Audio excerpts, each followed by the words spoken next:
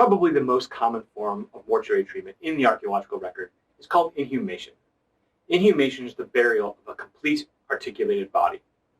Now, this burial is often done close in time to the death of the individual, before the decomposition has had a chance to impact the articulation of the bones.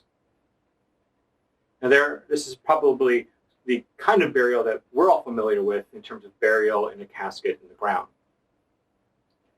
Inhumation has three key components to it that archaeologists study. The first is body position, the second is body orientation, and the third are the grave goods that are included in the grave. We're going to look at each of these individually in this video as we try to figure out how we study inhumations.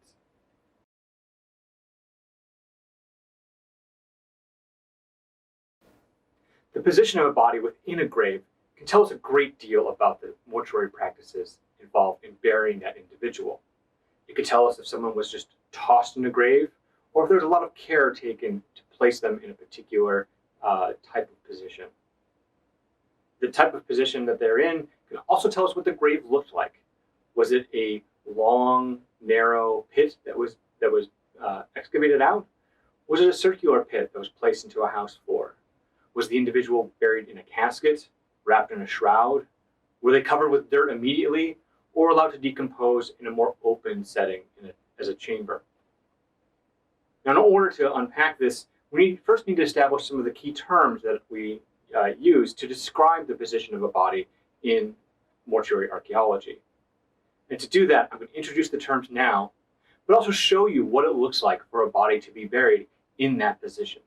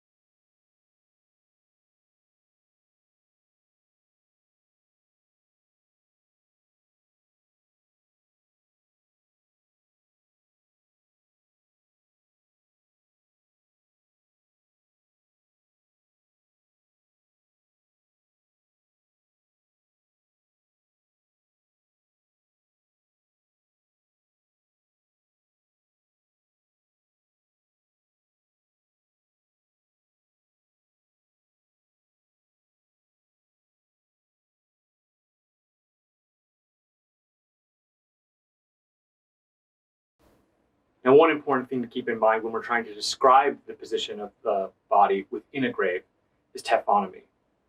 Taphonomic processes are all the different cultural and environmental factors that impact the body after it's been put into the ground. One great example of how taphonomy can impact our examination of the position of bodies comes from that frog-style burial I described earlier. In the Amnaya culture in the Eurasian steppe, we find this pattern of the frog-style burial quite often. Now, what that body looks like when we recover it is that the feet are kind of closer up to the torso and the knees are extended out wide. Now, it's unlikely that these individuals that were buried with this treatment were positioned intentionally in that way. What it seems like is that the knees were actually pointing straight up, and as the body decomposed, the legs fell apart. And so now we find the bones and the knees sticking out when they probably were initially positioned pointing up in the grave. And that tells us a lot. It tells us that the burial would have been in an open environment where the decomposition can allow that to fall apart. These kinds of things about taphonomy are critical to think about every time we try to understand, is this here intentionally, or did it just, the position of the bones move in that way because of these other processes?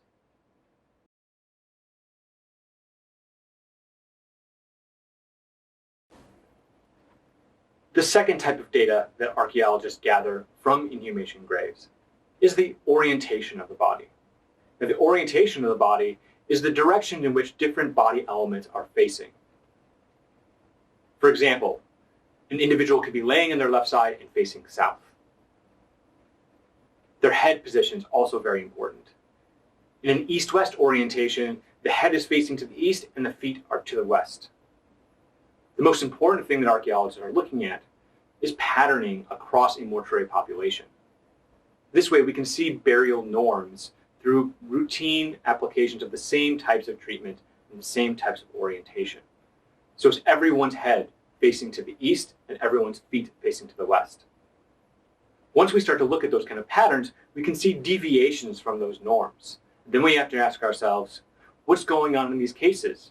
Perhaps where an individual's head is to the west and their feet are to the east.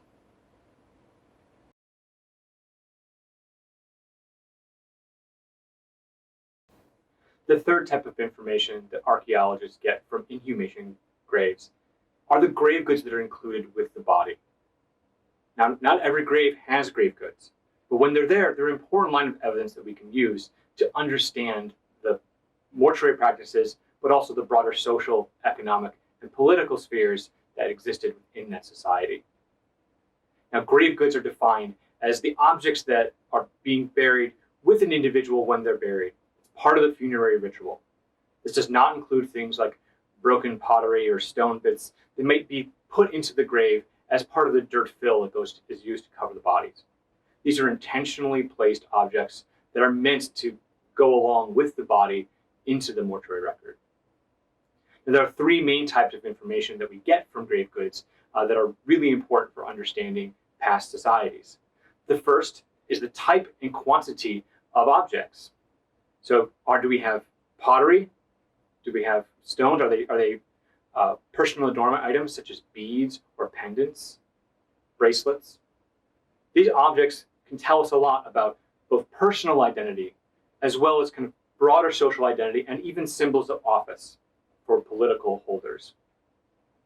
The second type of information that we record is the placement of the object on the body. Is it placed near the head? Is it placed near the feet? Is it at the side? Is it underneath the body? These are important things to be able to distinguish some objects that are maybe worn as part of the regalia or their dress as they're being buried, and separating that from the objects that are intentionally placed with the body separately than the body placement into the grave. The third type of information that's really important about grave goods is what we can learn from the objects themselves.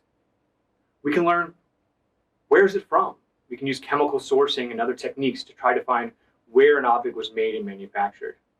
We can try to see, what was that object used for? What is its social and economic function?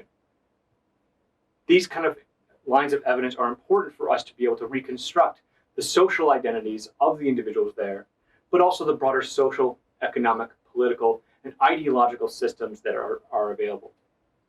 We can see if an object is perhaps really heavily worn, and maybe that is evidence of it being an heirloom that has been transferred from generation to generation. Maybe it's made and manufactured right before the burial event to be put in with that individual fresh, with no other use. Maybe it's got the kind of normal wear and tear you'd expect for an object of that type. These type of information are critical for us to understand the role of the mortuary practices and what is considered appropriate for burial within a particular social context.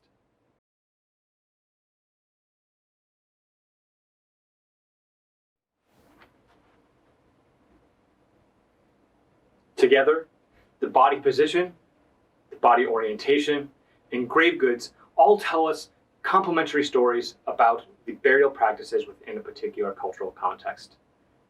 These are the most important lines of evidence for inhumations, but as we'll see, some of these lines of evidence are still really important as we start to study other types of burial treatments.